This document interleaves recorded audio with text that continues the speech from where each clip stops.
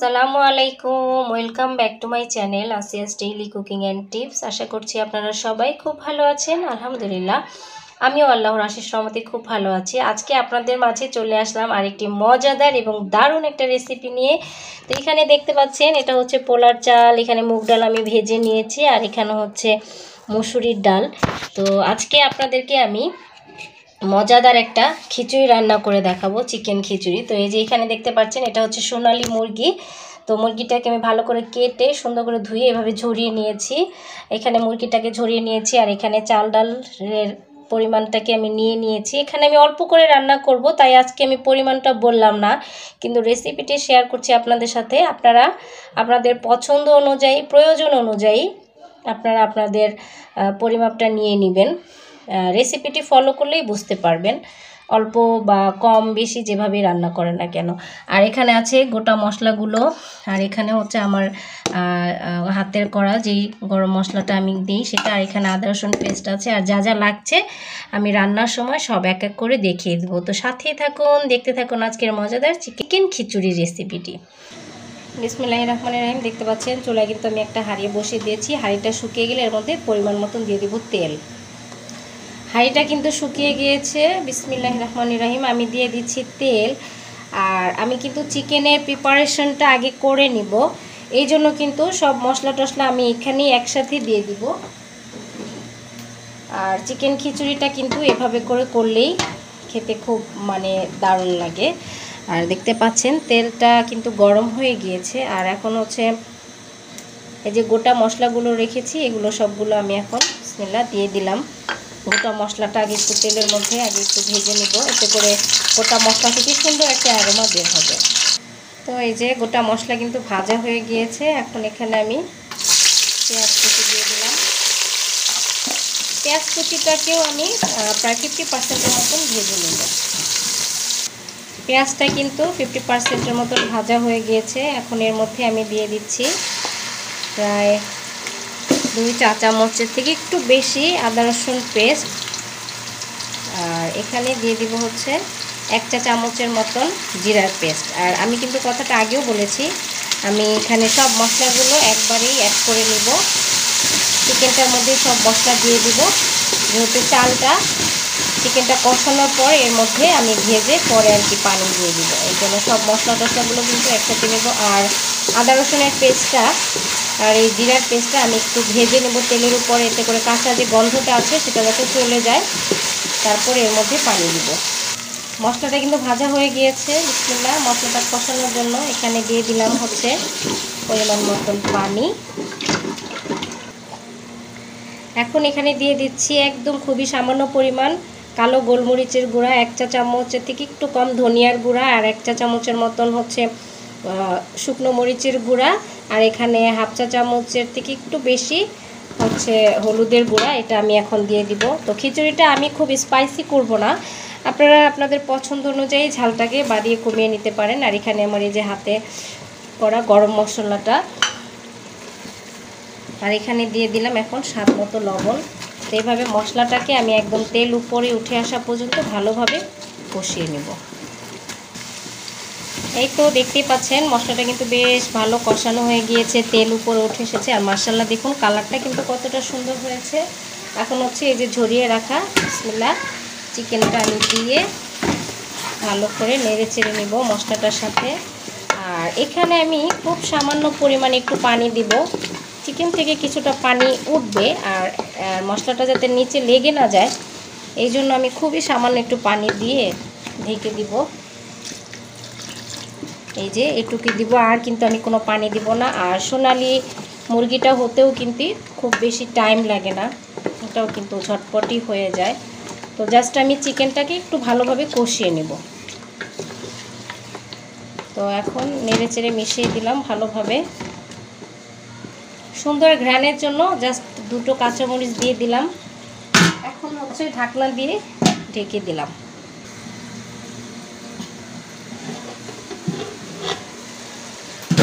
দেখুন চিকেনটা কিন্তু বলক উঠে এসেছে। এখন হচ্ছে চুলার আঁচটা একবারে আমি কমিয়ে তারপর চিকেনটাকে ভালোভাবে একদম কষিয়ে নেব। তো তো এইখানে যতটুকু ঝোল আছে এইটুকুতেই চিকেনটা বেশ ভালোভাবে কষানো হবে। তো দেখি এখন চিকেনটার কি অবস্থা। এই তো চিকেনটা কিন্তু কষানো হচ্ছে। আর আজকে কিন্তু আমি রিয়েল ভয়েসে আমার রেসিপিটি আপনাদের সাথে শেয়ার করছি।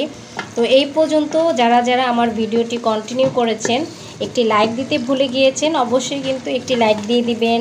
আর যারা নতুন করে আমার চ্যানেলটি ভিউ করছেন, অবশ্যই কিন্তু আমার চ্যানেলটিকে সাবস্ক্রাইব করে পাশে থাকা বেল আইকনটা প্রেস করে রাখবেন।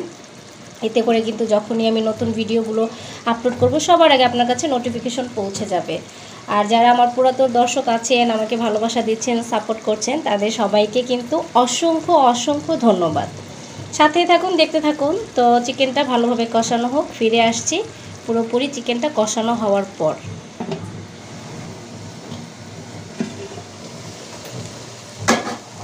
এই যে দেখতে পাচ্ছেন চিকেনটা কিন্তু মোটামুটি কষানো হয়ে গিয়েছে একদম। এই যে দেখতেই তো পাচ্ছেন চিকেনের তেল কতটা উপরে উঠে গিয়েছে। এখন এর মধ্যে আমি পোলাও চালটাকে আমি ধুয়ে তারপর ঝরিয়ে রেখেছিলাম। এই যে, আর যেহেতু আজকে আমি রিয়েল ভয়েসে আপনাদের সাথে রেসিপিটি শেয়ার করছি, আশেপাশ থেকে কিছু সাউন্ড আসতে পারে ভিডিওতে, তো আপনারা সাউন্ডটাকে ইগনোর করবেন।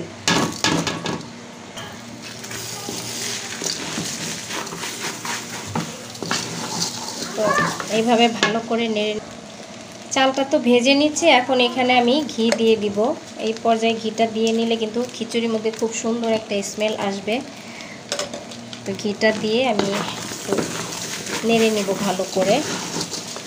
এবং যেহেতু এখানে সব মশলা টশলা দেওয়া আছে, তাই চালটা দেওয়ার পরে কিন্তু একটু ভালোভাবে এখানে একটু ভেজে নিতে হবে।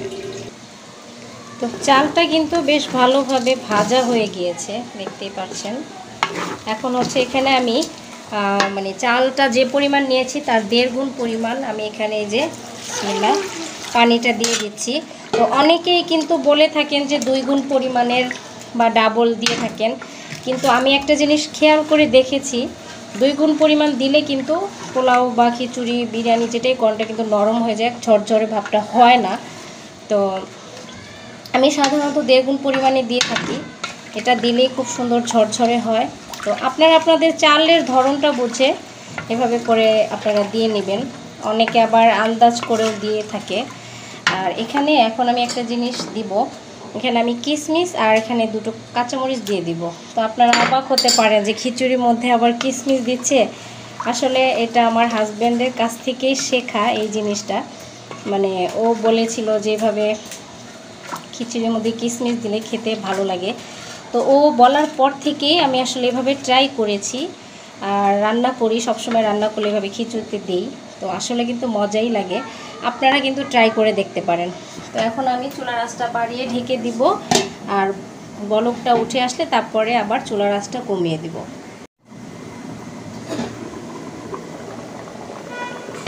এই তো দেখতে পাচ্ছেন খিচুড়িটা কিন্তু বলক উঠে এসেছে।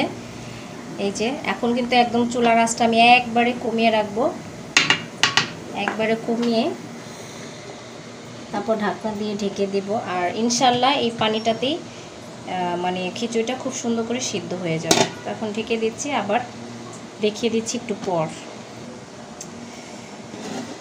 আরও 3-4 মিনিট পরে এই যে দেখুন, এখন আমি একটু উল্টিয়ে দিচ্ছি। এখন একটু এরকম নেড়ে চেড়ে উল্টিয়ে আবার একবারে দমে বসিয়ে রাখবো, তাতেই কিন্তু খুব সুন্দর ঝরঝরা করে হয়ে যাবে খিচুড়িটা।